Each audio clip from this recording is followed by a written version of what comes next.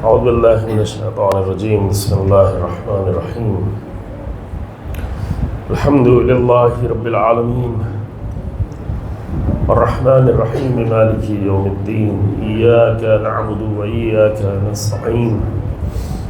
اهدنا الصراط المستقيم صراط الذين أنعمت عليهم غير المغضوب عليهم ولا الضالين.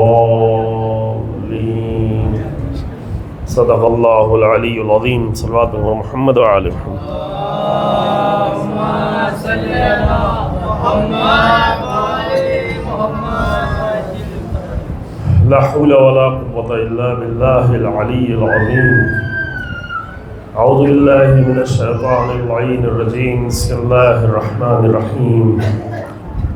الحمد لله رب العالمين والصلاة والسلام على سيد الأنبياء والمرسلين خاتم النبيين أبي القاسم محمد.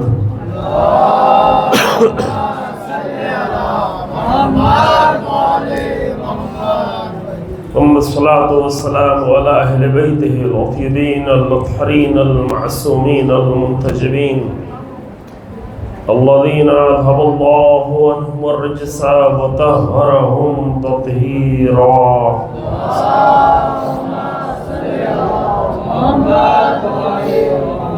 ولعنة الدائمة الباقية على أعدائهم أعداء الله أجمعين.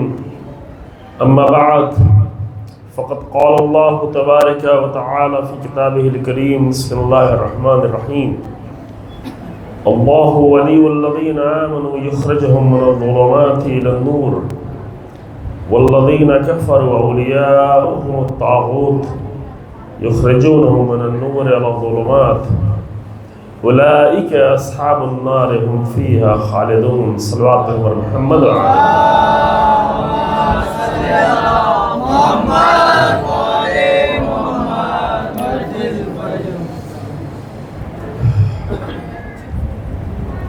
سب سے پہلے آپ تمام مومنین کی خدمت میں سلام عرض کرتے ہیں اور اللہ کی بارگاہ میں دعا کرتے ہیں کہ اللہ جو ہے پورے مہینے کی عزاداری کو، ذکر کو، گریے کو، ماتم کو اپنی بارگاہ میں قبول فرمائے، کیونکہ کسی بھی عمل کی اہمیت کی بنیاد یہی ہے کہ وہ اللہ کی بارگاہ میں قبول ہوا یا نہیں. عمل ہماری نگاہوں میں، دنیا کی نگاہوں میں، تاریخ کی نگاہ میں، کیمرے کی نظروں میں کتنا چھوٹا ہی کیوں نہ ہو، لیکن اگر اللہ کی بارگاہ میں قبول ہے تو وہ بہت بڑا عمل ہے. اور اگر لوگوں کی نگاہوں میں بہت بڑا عمل ہو لیکن اگر وہ اللہ کی بارگاہ میں قبول نہیں ہے تو اس کی کوئی بھی حیثیت نہیں ہے اور اس کا کوئی بھی اثر بھی انسان کی زندگی پر ہونے والا نہیں ہے. تو یہ تو ایک بہت ہی بڑا عمل ہے ذکر حسین ابن علی سلام اللہ علیہ.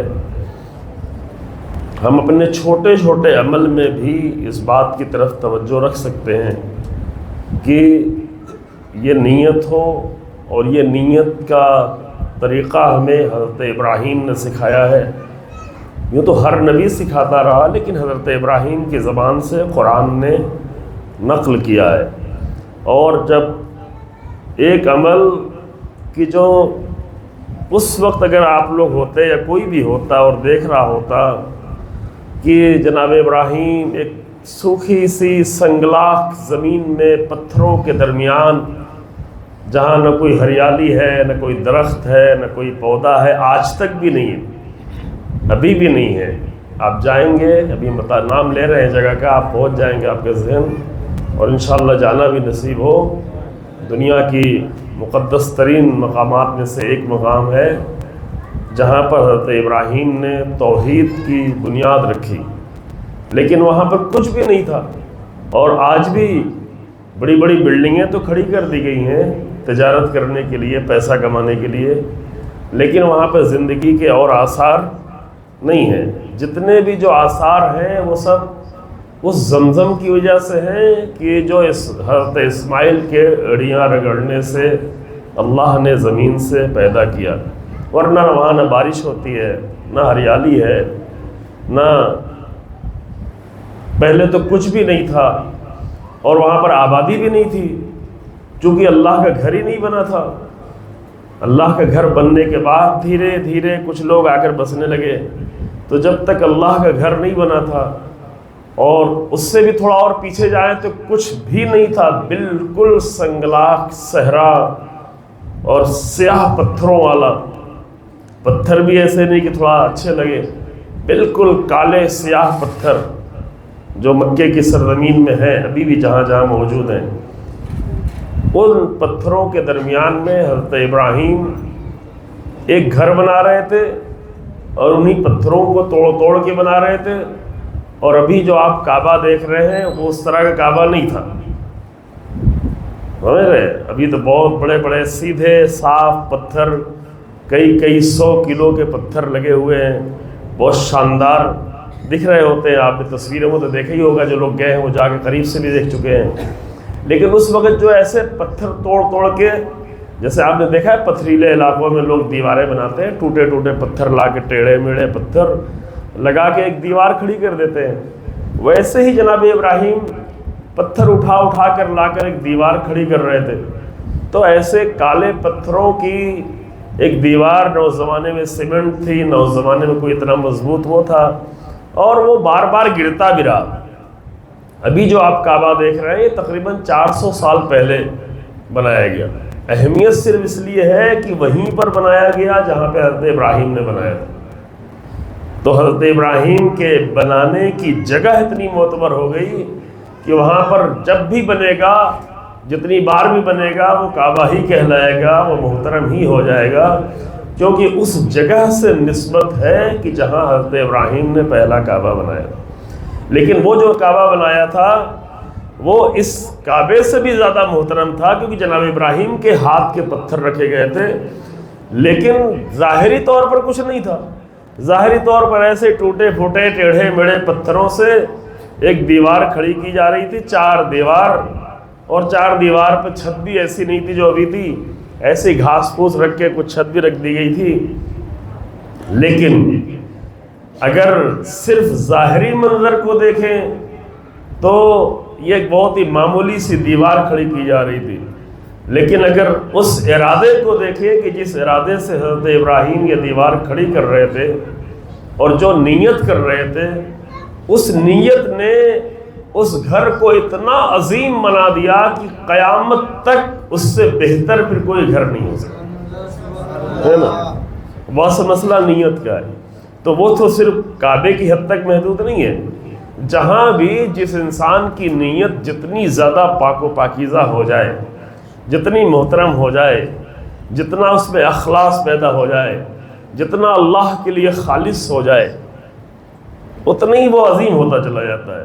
لہذا ابھی ہم تفصیل میں نہیں جائیں گے، چونکہ ہم جو آیت پڑھی اس کی طرف آنا چاہتے ہیں، لیکن اس دیوار کو کھڑا کرتے وقت اب یہ قرآن نے پورا منظر بیان کیا ہے۔ سورہ واقعہ، معاف کیجیے گا، سورہ بقرہ ہی میں آیت مجھے پڑھنی نہیں تھی، اس لیے میں نے آیت جو ہے شمارہ آپ کو بتا دیں گے بھی، لیکن آیت یہ ہے کہ وَإِذْ يَرْفَعُ إِبْرَاهِيمُ الْقَوَاعِدَ مِنَ الْبَيْتِ وَإِسْمَاعِيلُ، اس وقت کو یاد کرو جب ابراہیم بیت کی دیوار کو اٹھا رہے تھے۔ یرفع یعنی بلند کر رہے، جب ایک پتھر لگا کر اس کو ایک پتھر لگا کر جناب ابراہیم بلند کر رہے تھے۔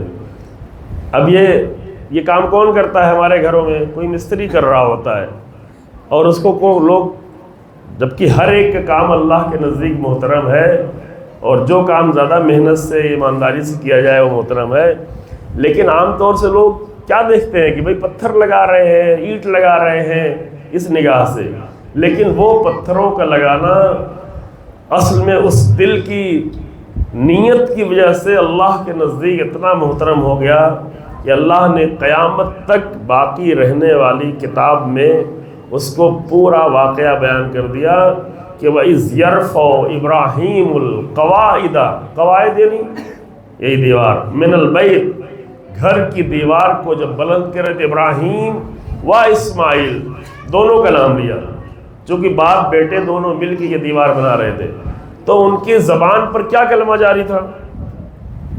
اصل نقطہ یہ بیان کرنا، ان کی زبان پر جس نے کعبے کو اتنا عظیم بنا دیا، جس نے جناب ابراہیم نے یوں تھوڑی نہیں کہ صرف کعبہ ہی بنایا، جناب ابراہیم نے اپنا بھی کہیں گھر بنایا ہوگا، فلسطین میں گھر بنایا، فلسطین میں رہے تھے، مکے آئے تو وہاں کعبے کے علاوہ اپنے رہنے کے لیے خود تو زیادہ نہیں رہے جناب ابراہیم، لیکن بعد میں بہرحال آئے، جناب اسماعیل کے پاس آئے، اسماعیل کا گھر تھا، تمام انبیاء نے اپنے اپنے گھر بنائے تھے، کوئی نبی بغیر گھر کے تو نہیں رہتا تھا، لیکن بہرحال ایک گھر ایسا ہے کہ جس کو بناتے وقت جناب ابراہیم جیسے اولو العزم نبی، ان کی زبان سے ایک دعا نکل رہی تھی، وہ قرآن نے نقل کر دیا، اور یہ بتانے کے لیے کہ یہ دعا تھی جس نے اس گھر کو اتنا زیادہ محترم کر دیا۔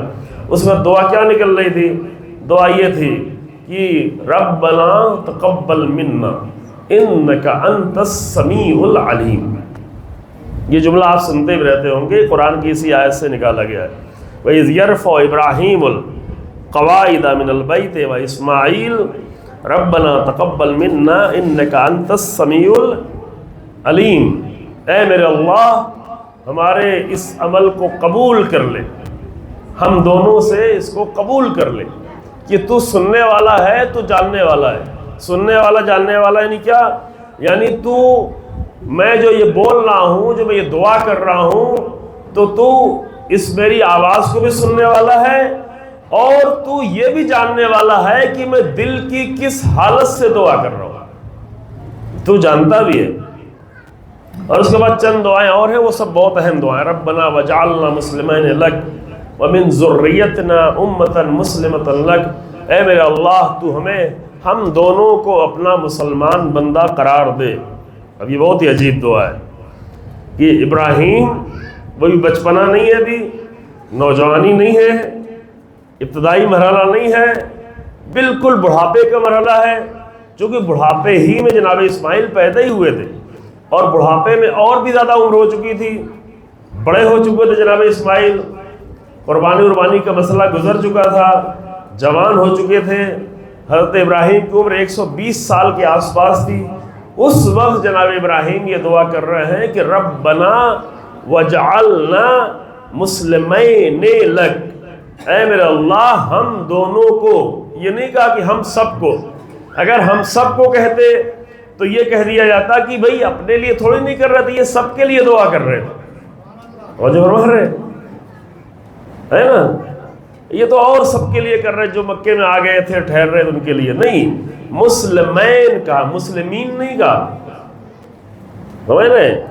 مسلمین، مسلم یعنی ایک مسلمان، مسلمین یعنی دو مسلمان، مسلمین یعنی ڈھیر سارے مسلمان، مسلمات یعنی خواتین، مسلمات یہ عربی گرامر ہے، عربی گرامر کے لحاظ سے، تو مسلمین کہا یعنی وہ دعا فقط اپنے دونوں کے لیے کی۔ اس کا کیا مطلب ہوا؟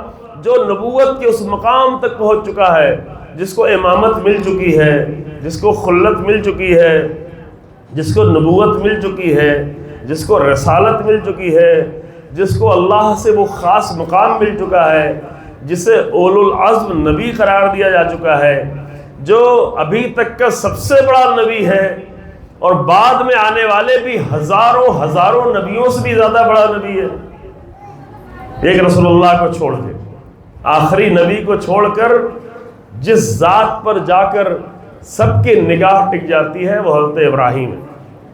یہ مقام ہے جناب ابراہیم میں۔ اتنے عظیم مقام پر ہوتے ہوئے، اتنا زیادہ عمر میں جا کر، یہ غور سے سنیں، یہ بہت زیادہ، چونکہ ہم یہ مسئلہ اس لیے ہم پڑھ رہے ہیں کہ ہم لوگ بہت ہی جلدی، ہم تو سب سے بڑے مومن ہیں، ایک مجلس پڑھ دی سب سے بڑے مولانا ہو گئے، ایک تبرک بانٹ دیا سب سے بڑے مومن ہو گئے، ایک ماتم کر لیا تو سب سے بڑے مومن ہو گئے، ہے نا؟ دوسروں کو پھر معمولی بھی سمجھنے لگتے ہیں۔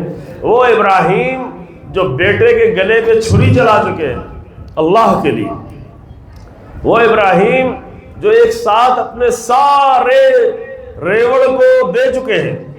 ریوڑ سمجھ رہے ہیں نا؟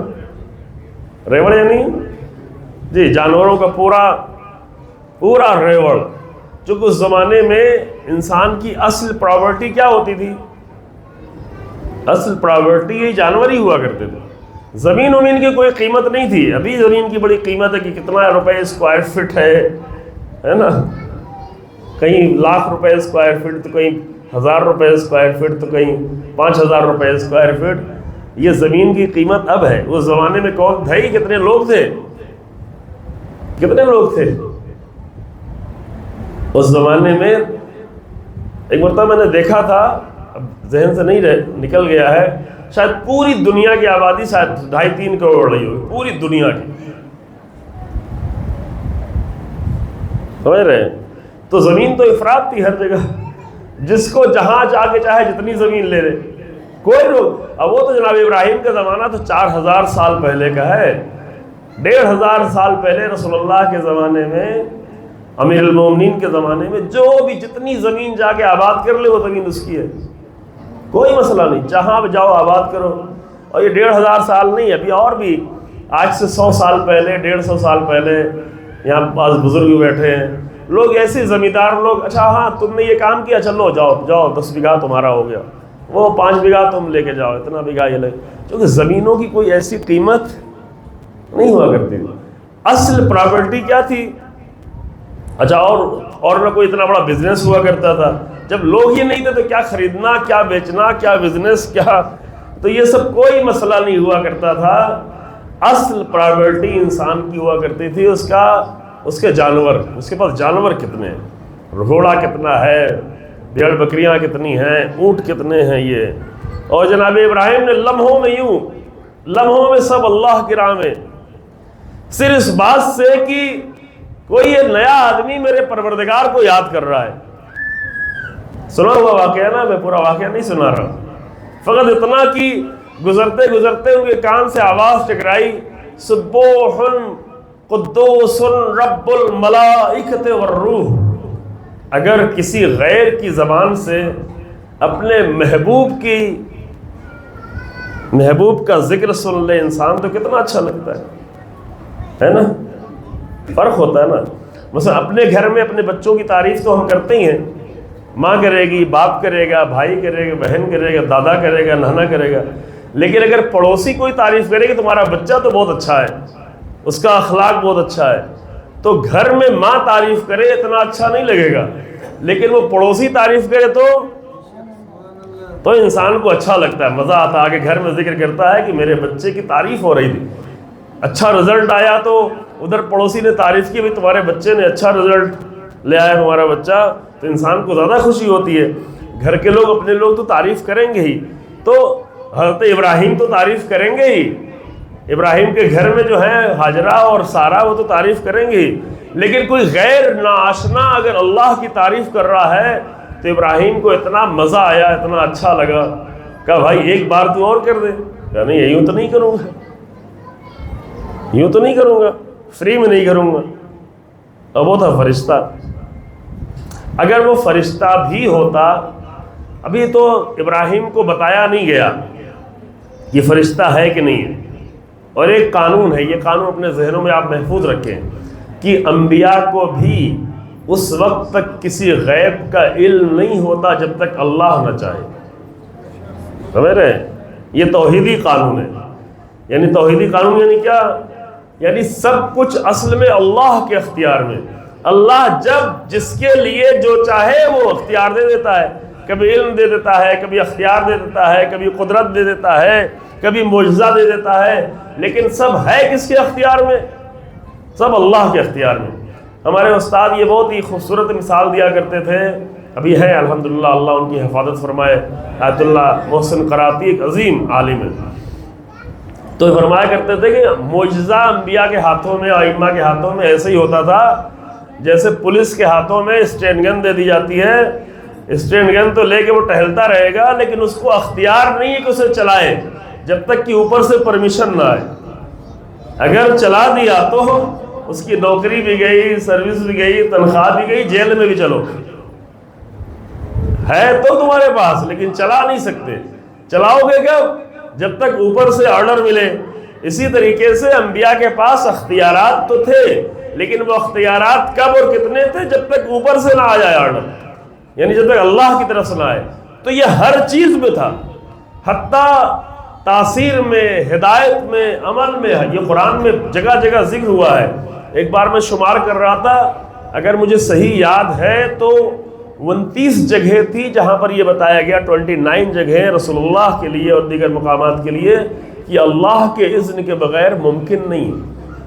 حتیٰ اے رسول آپ ہدایت بھی نہیں کر سکتے جب تک اللہ کا اذن نہ ہو.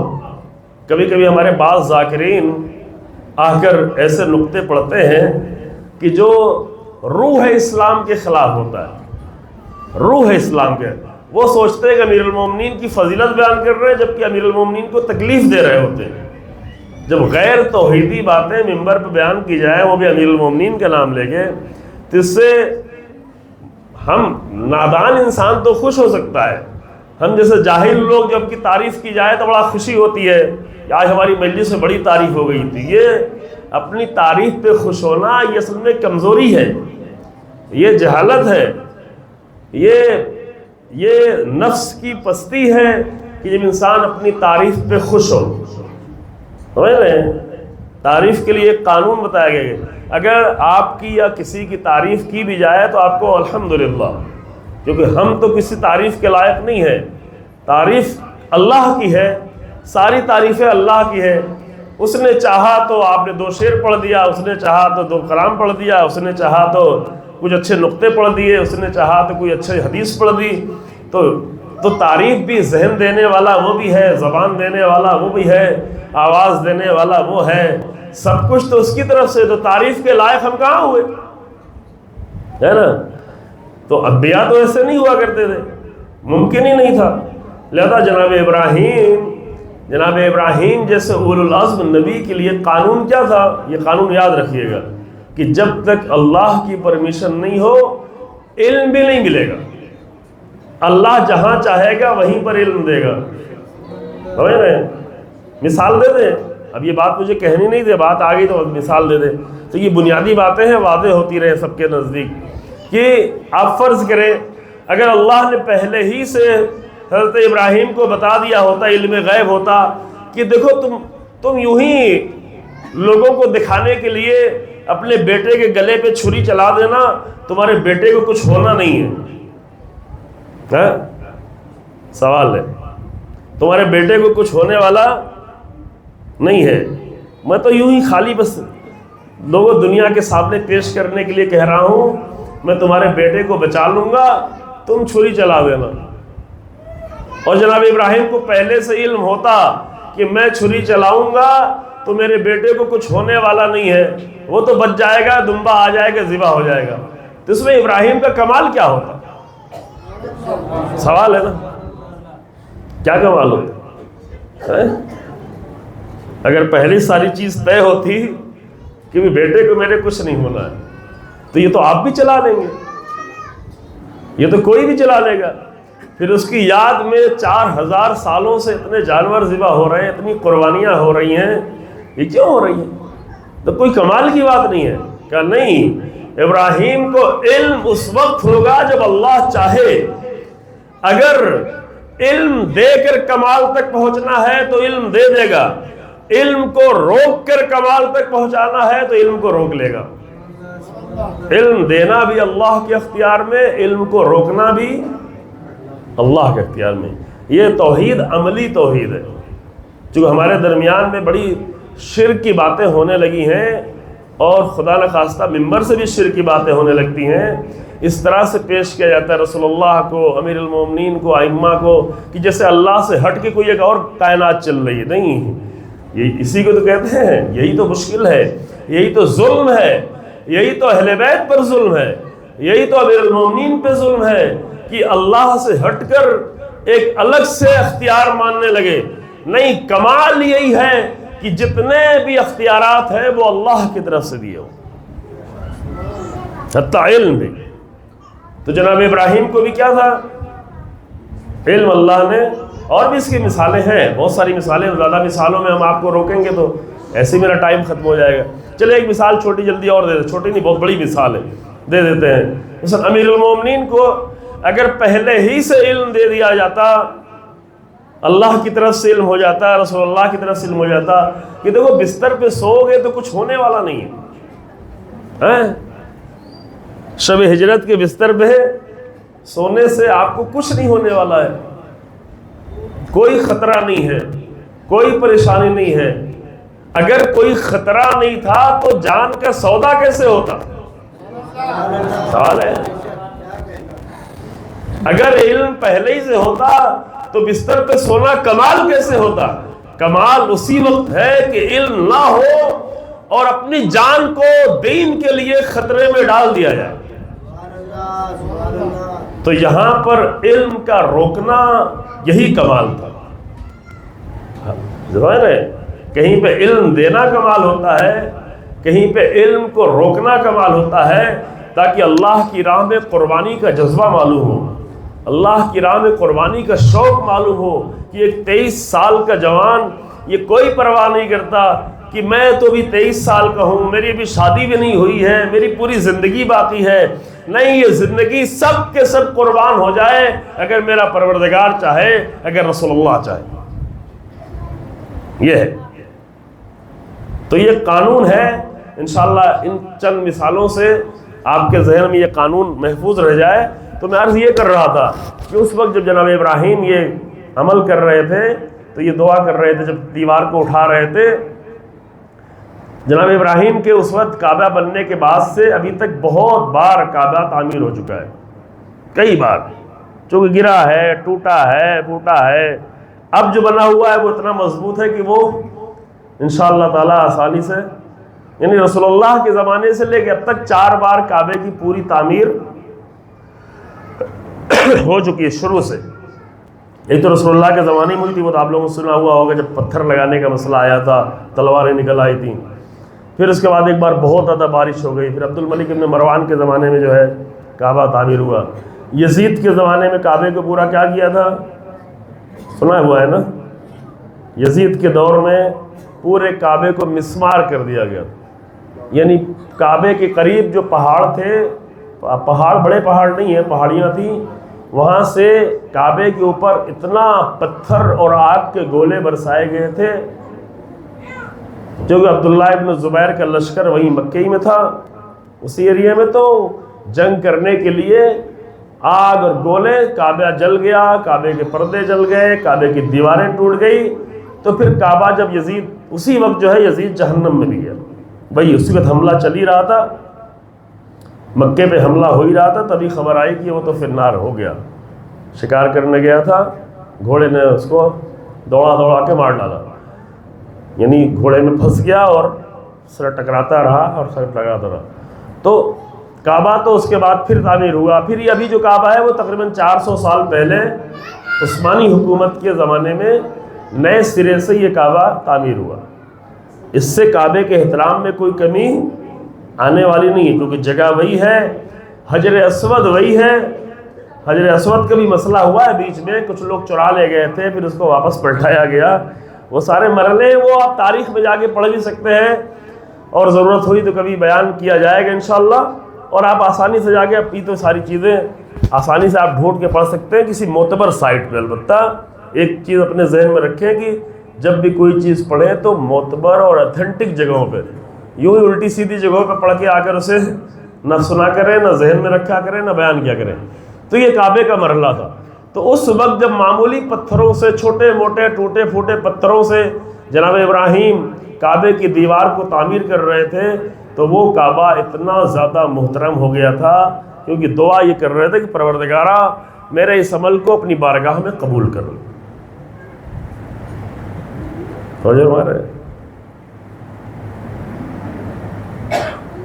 اور یہیں سے یہ نتیجہ ہم کو بھی لے لینا چاہیے کہ ہم کوئی بھی عمل کریں، فقط اگر ایک نیت ہمارے دل میں آ جائے کہ پروردگارہ یہ عمل قبول ہو جائے، یہ مجلس پڑھنا، یہ مجلس میں آنا، یہ مجلس میں بیٹھنا، یہ نوحہ پڑھنا، یہ جلوس میں جانا، یہ فرش بچھانا، یہ اس وقت فرش بچھانا کہ جب کوئی دیکھ بھی نہ رہا ہو، کیونکہ ابھی تو ہم مجلس پڑھ رہے اتنے سارے لوگ دیکھ رہے ہیں، اس میں خطرہ ہے، اس میں زیادہ خطرہ ہے، لیکن وہ عمل بہت زیادہ قیمتی ہو سکتا ہے کہ جب کوئی بھی نہیں دیکھ رہا ہو، ایک آدمی آ کر واقعاً عشق حسین ابن علی میں آ کر فرش بچھا رہا ہو، اکیلے بچھا رہا ہو، کوئی دیکھنے والا نہ ہو، کسی کی نظر نہ پڑ رہی ہو،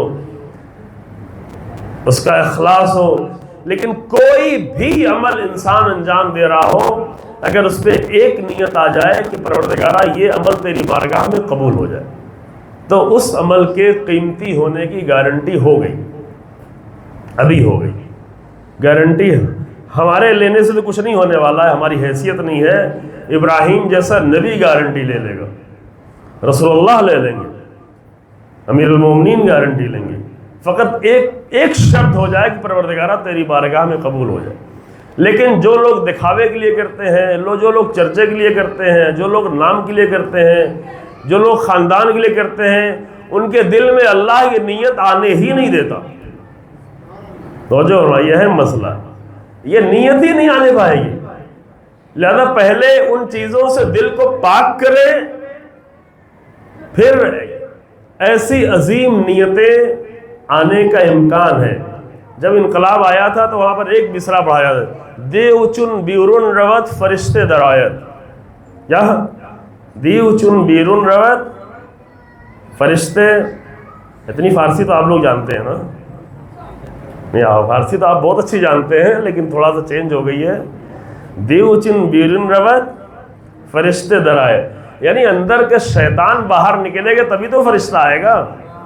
یہ تھوڑی نہیں ہوگا کہ شیطان کو بھی رکھو فرشتے کو بھی رکھو، یہ تھوڑی نہیں ہوگا کہ یزید کو بھی سجا کے رکھو اور امام حسین بھی آ جائیں گے، یہ ممکن نہیں ہوگا، یہ ممکن نہ دل میں نہ گھر میں، یہ ممکن نہیں ہوگا کہ اسی گھر میں سال بھر تو شیطان رہے، یزید رہے، نمرود رہے، فرعون رہے، اور محرم کا چاند آئے تو کہے نہیں آ جاؤ حسین ابن علی آ جائیں۔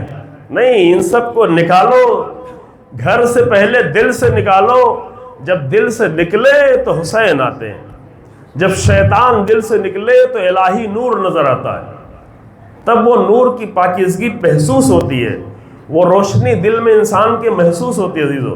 لہذا اگر عزاداری کو عظیم عزاداری کی شکل میں لے جانا ہے تو ایک قانون اپنے ذہن میں محفوظ کر لیں، وہ کیا ہے کہ عزاداری کے نام پر ہم خاندانی رسم انجام نہیں دیں، بلکہ شبیری رسم انجام دیں، حسینی رسم انجام دیں۔ یہ خاندانی رسم کے ساتھ مسئلہ ہوگا۔ اب علامہ اقبال کا شعر ہے نا، شعر تو نہیں، مصرع ہی بہت مشہور ہے، شعر بھی ہے ہمارے پاس، کہ نکل کر خانقاہوں سے ادا کر رسم شبیری۔ خانقاہ کسے کہتے ہیں معلوم ہے؟ خانقاہ عام طور سے کہتے ہیں صوفی لوگ جہاں پر بیٹھ کے اللہ اللہ اللہ کرتے رہتے ہیں، اور وہ اللہ کر کر کے کھاتے رہتے ہیں، پیتے رہتے ہیں، سب کچھ کرتے رہتے ہیں، اپنی خانقاہ پہ ساری توجہ ہوتی، باہر دنیا میں کیا ہو رہا ہے اس کی کوئی پرواہ نہیں۔ لوگ آئیں یہیں پر، یہیں چندہ دیتے رہیں، یہیں پہ چڑھاوے چڑھاتے رہیں، یہیں پہ مرغے لا کے چڑھاتے رہیں، یہیں پر مرغے سے بھی دل بھر رہے تو نہ بھرے تو بکرے لا کے چڑھائیں، بڑے بڑے جانور لا کے چڑھائیں، اور یہ خانقاہ بھی بھری رہے اور پیٹ بھی بھرا رہے۔ باہر کتنے بھوکے لوگ ہیں، کتنے پریشان لوگ ہیں، کتنے مظلوم لوگ ہیں، کتنے پر کہاں پہ کہاں ظلم ہو رہا ہے، اس کی کوئی پرواہ نہیں۔ تو علامہ اقبال نے کہا کہ نکل کر خانقاہوں سے ادا کر رسم شبیری۔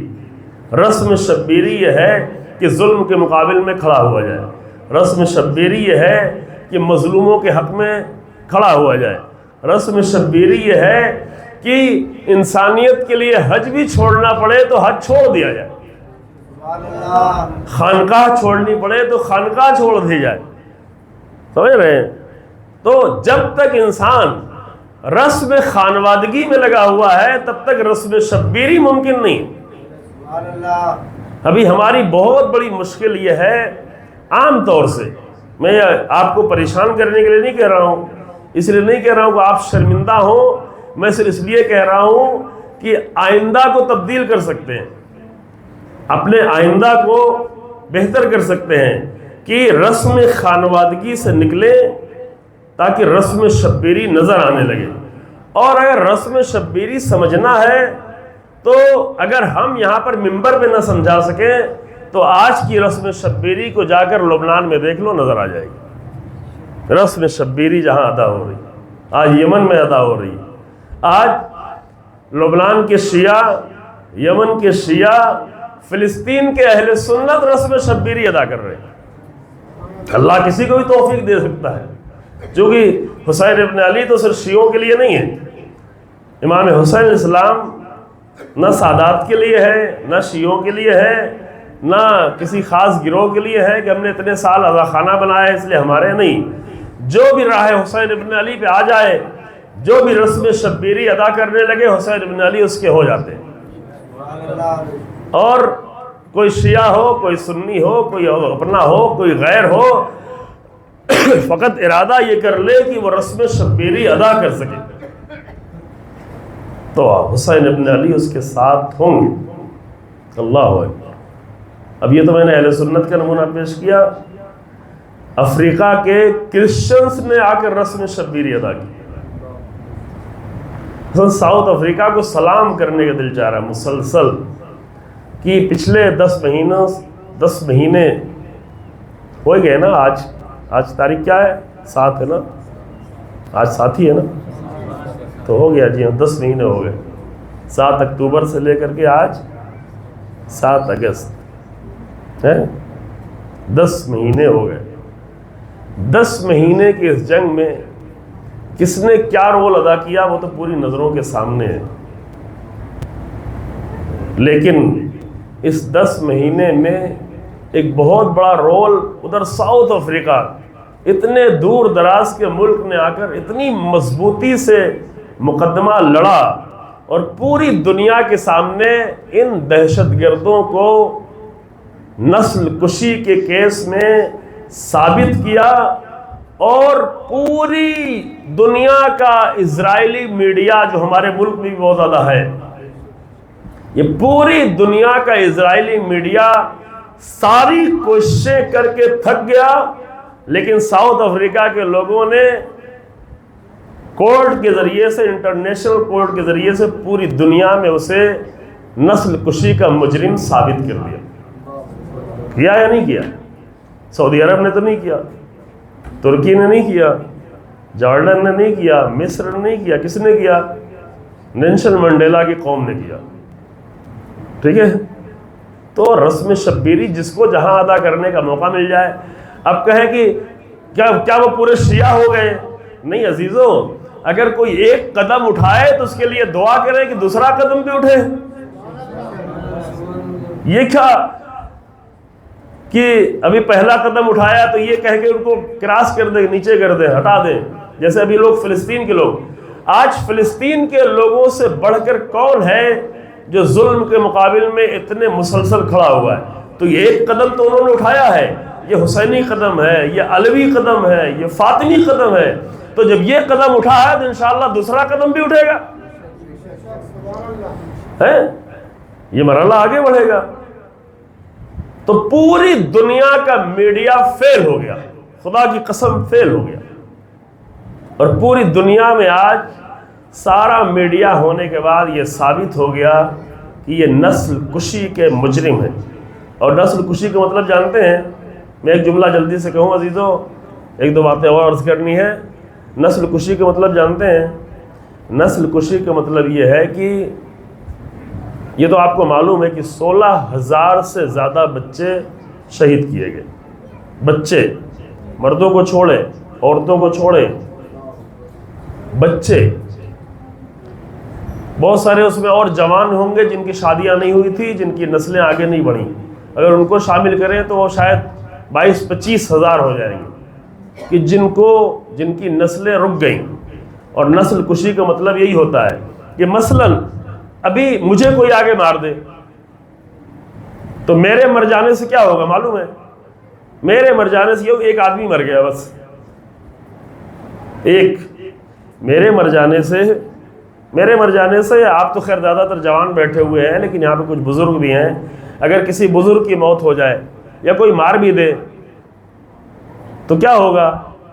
اگر مجھے کوئی مار دیتا ہے تو میں ایک انسان مر گیا فقط، لیکن اگر ایک 4 سال کے بچے کو کوئی مار دیتا ہے تو پوری ایک نسل ختم ہو گئی۔ یہ فرق نسل کشی میں آسان لفظوں میں بتانا چاہ رہا ہوں۔ نسل کشی یعنی یہ ایک نسل کیا ہوتی ہے؟ ایک نسل ممکن ہے کہ 100 سال میں ایک نسل سے کئی 100 لوگ ہو جائیں، تو اگر ہم مر گئے تو ہمارے بچے ہیں، ان کی نسل بڑھتی رہے گی، ہماری نسل بھی چلتی رہے گی۔ لیکن اگر 16,000 بچے مار دیے جائیں، اگر 25,000 سے زیادہ نوجوان اور بچے مار دیے جائیں، تو یعنی اتنی نسلیں ختم کر دی گئی انہی دنوں۔ یہ ہوا ہے، یہ 21ویں صدی میں یہ جرم ہوا ہے۔ لیکن اس جرم کے مقابل میں بہرحال ایک جملہ کہہ کے ہم بات یہاں پہ آگے بڑھ جاتے ہیں کہ یہ خون رائے گاں جانے والا نہیں۔ کوئی بھی خون رائے گاں چلا جائے، لیکن معصوم بچوں کا خون رائے گاں جانے والا نہیں۔ کچھ لوگ اتنے بے رحم ہیں، ابھی بھی ہیں، ہمارے درمیان میں بھی آ جاتے ہیں، خدا ان کے دلوں میں رحم پیدا کرے۔ ہم ان کی توہین نہیں کر رہے ہیں، چونکہ پروپیگنڈے کا شکار ہیں، واٹس ایپ کا شکار ہیں، اس لیے ممکن ہے کہ یہ بے رحمی ان کے دل میں آ گئی ہو، تو آپ بھی دعا کریں کہ اللہ ان کے دلوں میں رحم پیدا کرے۔ اتنے بے رحم لوگ ہیں کہ جب ان سے بات کی جاتی ہے کہ اتنے سارے بچے شہید ہوئے تو پوچھتے ہیں وہ شیعہ تھے؟ جی ہاں، وہ کیا وہ شیعہ تھے؟ اور یہیں سے فرق یہ صرف اس لیے کہہ رہے ہیں کہ یہاں سے انسان فرق سمجھ لے کہ ان کا دین کیا ہے۔ ایسے لوگ ممبروں میں بھی آ جاتے ہیں، ممبروں پہ آگے گفتگو بھی کرنے لگتے ہیں، جھوٹے پروپیگنڈے کرنے لگتے ہیں، جھوٹے الزامات لگانے لگتے ہیں، انہیں ناصبی ثابت کرنے لگتے ہیں۔ ناصبی اسے کہتے ہیں جس کے دل میں بغض امیر المومنین ہو، جس کے دل میں بغض اہل بیت ہو۔ تو فلسطین میں جہاں مسجد امیر المومنین ہے، جہاں مسجد امام حسین ہے، جہاں پہ جوان امام حسین السلام کا جملہ کلمہ پڑھ کے جا کے شہید ہو رہے ہیں، یہ ویڈیوز تو آپ نے بھی شاید دیکھے ہوں گے، جہاں پہ مسلسل ذکر اہل بیت علیہ السلام ہو رہا ہو، ان کو وہ آ کر اگر ممبر پہ ناصبی کہہ رہا ہے تو اس کے اوپر صرف افسوس کیا جا سکتا ہے یا دعا کی جا سکتی ہے کہ اللہ جو ہے ایسے بے رحم لوگوں کے دل میں تھوڑا رحم پیدا کر دے، اس قدر بے رحم نہ بنے کوئی۔ لیکن عزیزو، یہ فرق اتنا معلوم ہو جاتا ہے کہ یہ ایک دین ہے، یہ ایک لوگوں کا دین ہے، اور ایک دوسرا دین ہے کہ جہاں پر امام علیہ السلام یہ دعا کرتے نظر آ رہے ہیں کہ اگر کوئی یہودی یا عیسائی عورت کے ہاتھ پیر سے زیورات صرف چھین لیے جائیں، مارا نہیں جائے، قتل نہیں کیا جائے، بم نہیں مارا جائے، صرف زیورات چھین لیے جائیں، اور یہ خبر اگر کسی مسلمان کو سننے میں آ جائے اور وہ غیرت سے مر جائے کہ یہ کیسے ہو گیا کہ عورت سے چھینا گیا ہو، تو میں اس کی ملامت نہیں کروں گا، یعنی میرے نزدیک یہ ٹھیک ہے، اتنا غیرت دار ہو۔ نہج البلاغہ میں یہ واقعہ پورا امام نے بیان کیا۔ تو امیر المومنین کا دین یہ ہے، اور ممکن ہے بے رحم لوگوں کا دین یہ ہو۔ تو اگر ایسے بے رحم لوگ ہمارے درمیان میں بھی آ جائیں تو ان کے دلوں میں رحم پیدا کریں، بتائیں۔ بعض لوگ واقعہ نہیں جانتے، ان کو برا بھلا نہ کہیں، ان کو سمجھائیں، ان کو بتائیں کہ ہمارا دین امیر المومنین کے دین سے دور ہو گیا ہے، آپ کا دین امام سید سجاد کے دین سے جدا ہو گیا ہے، کیونکہ امام سید سجاد علیہ السلام کا دین یہ تھا۔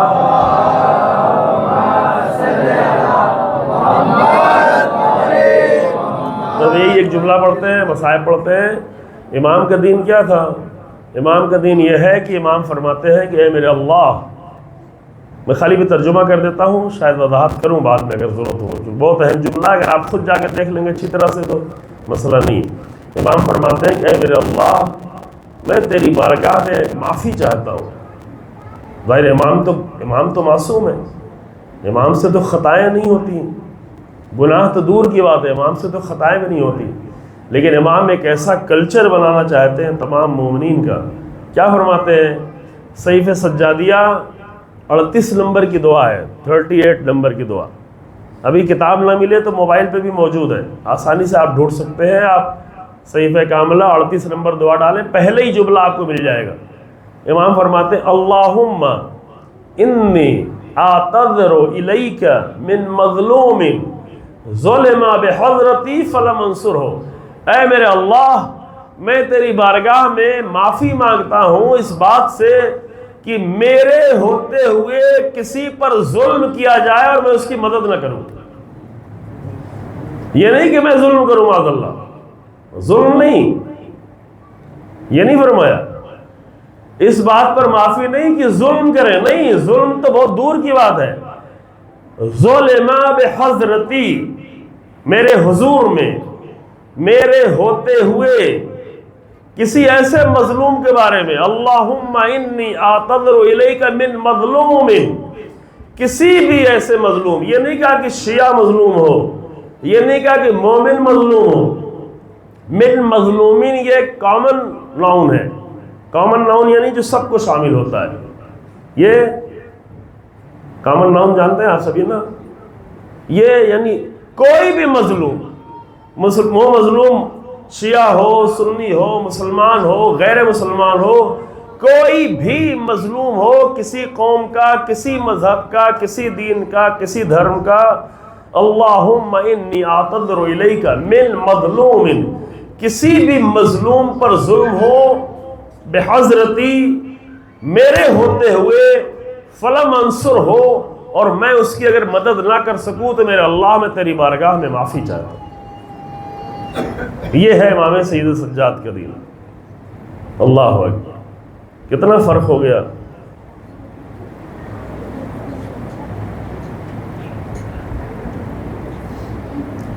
اور پھر یہی امام سید سجاد آخری وقت میں اپنے وصیت کر رہے ہیں اللہ کی بارگاہ میں۔ جب اللہ کی بارگاہ میں حاضر ہو رہے ہیں، شہادت کا وقت قریب آیا، تو امام محمد باقر الاسلام کو اپنے قریب بلاتے ہیں۔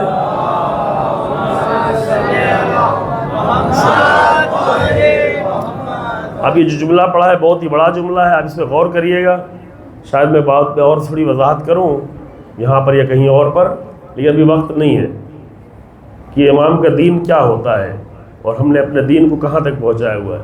لیکن امام آخر میں امام محمد باقر الاسلام کو قریب بلاتے ہیں اور قریب بلا کے وصیت کرتے ہیں، اور وصیت میں فرماتے ہیں، ابو حمزہ صومالی نے یہ روایت بیان کی ہے۔ ابو حمزہ صومالی، ان کی دعا بھی بہت بڑی مشہور ہے امام سجاد السلام سے۔ وہ روایت کرتے ہیں کہ امام نے اپنے بیٹے کو بلایا اور بلا کے کہا کہ اے میرے بیٹے، میرے بابا نے بھی مجھ سے یہ وصیت کی تھی۔ میرے بابا یعنی حسین ابن علی سلام اللہ علیہ، ظاہر حسین ابن علی سلام اللہ علیہ کی وصیت کربلا میں ہے، عاشور کے دن ہے۔ عاشور کے دن میرے بابا نے مجھ سے جو وصیت کی تھی، میں بھی وہی وصیت تم سے کرتا ہوں۔ کیا؟ کہ اے میرے لال، اے میرے لال، یا بنیہ ایاک والظلم من لا یجد ناصرا الا اللہ، کسی ایسے انسان پر ظلم نہ ہونے پائے کہ جس کا کوئی مددگار نہ ہو سوائے اللہ، جس کا اللہ کے سوا کوئی مددگار نہ ہو، کسی ایسے انسان پر ظلم نہ ہونے پائے۔ اللہ اکبر۔ اور جب امام یہ وصیت فرما رہے تھے تو امام کی نظروں کے سامنے وہ منظر ضرور تھا کہ جب حسین ابن علی مقتل میں کھڑے ہو کر یہ امام مقتل میں کھڑے ہو کر یہ آواز بلند کر رہے تھے کہ حل من ضاب یذب عن حرم رسول اللہ۔ امام کو اپنی پرواہ نہیں تھی، امام جو اپنے پورے گھر کو قربان کر چکے تھے، امام کو اپنی شہادت کی پرواہ نہیں تھی، لیکن حرم رسول اللہ موجود تھا، رسول اللہ کی بیٹیاں موجود تھیں، رسول اللہ کی نواسیاں موجود تھیں، رسول اللہ کی گھر کے پورے مخدرات عصمت موجود تھے۔ رضا امام نے فرمایا حل من ذاب یذب عن حرم رسول اللہ، کون ہے جو حرم رسول اللہ کا دفاع کرنے کے لیے اور حفاظت کرنے کے لیے آیا، لیکن نہیں آیا۔ حسین تنہا مقتل میں آواز دیتے رہے۔ آج پہلی سفر ہے، میں کچھ اور مسائل پڑھنا چاہ رہا تھا لیکن ابھی شاید اس کا وقت اتنا زیادہ نہ ہو تو بعد کی مجلس سے پڑھوں گا۔ پہلی سفر سے اتنا جان لیں کہ پہلی سفر وہ ہے کہ جب کاروان اہل حرم پورا طولانی سفر طے کر کے شام پہنچا ہے، پہلی سفر۔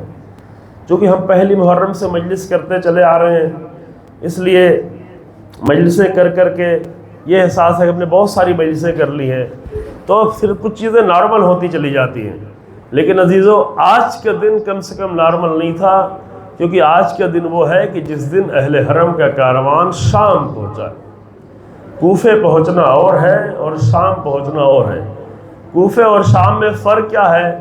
کوفے اور شام میں فرق یہ ہے کہ جب کوفہ اہل حرم کا کاروان 12 محرم کو پہنچا تھا، 11 محرم کو چلا تھا، تیز رفتار اونٹ دوڑاتے ہوئے 12 محرم کو کوفہ پہنچ گئے، اور جب کوفہ پہنچے اور جب اہل حرم کا قافلہ کوفے میں داخل کیا گیا تو اہل حرم کا منظر دیکھ کر، اونٹوں پہ سوار بیویوں کو دیکھ کر کوفے کے لوگ رو رہے تھے، کوفے کے لوگ آنسو گر رہا تھا، مجرم تھے۔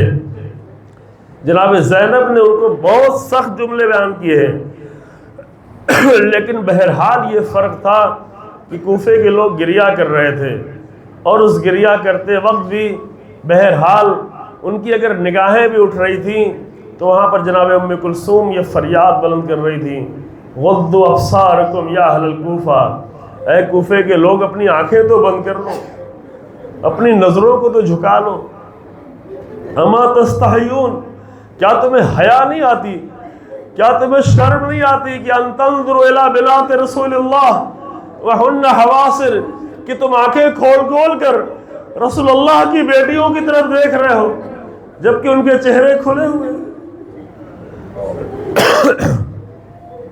اللہ اکبر، معاف کیجیے گا میری طبیعت خراب تھی تو میں آج شاید زیادہ مسائل نہ پڑھ سکوں۔ کیا تم دیکھ نہیں رہے ہو؟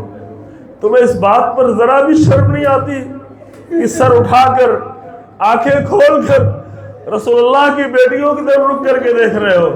تو بی بی وہاں پہ یہ فریاد بلند کر سکتی تھی، کیونکہ بہرحال یہ کوفہ تھا، کوفے کے لوگ اہل حرم کو دیکھ دیکھ کر رو رہے تھے، لیکن جب یہ قافلہ شام میں داخل ہوا تو وہاں کوئی رونے والا نہیں تھا، وہاں کوئی بیویوں کو دیکھ کر افسوس نہیں کر رہا تھا، بلکہ وہاں اعلان کیا جا رہا تھا کہ یہ تمہارے دشمن آئے ہیں، جس کو انتقام لینا ہے وہ انتقام لے لے۔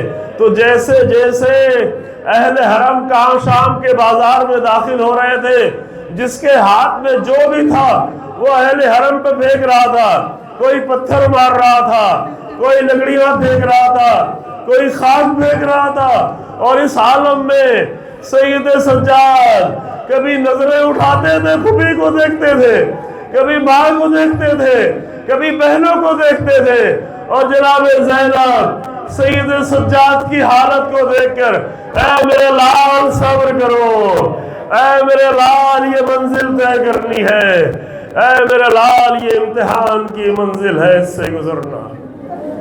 انا للہ و انا الیہ راجعون۔ سیعلم الذین ظلموا ای منقلب ینقلبون۔ ربنا تقبل منا انک انت السمیع العلیم بحق محمد وعطرتہ الطاہرین۔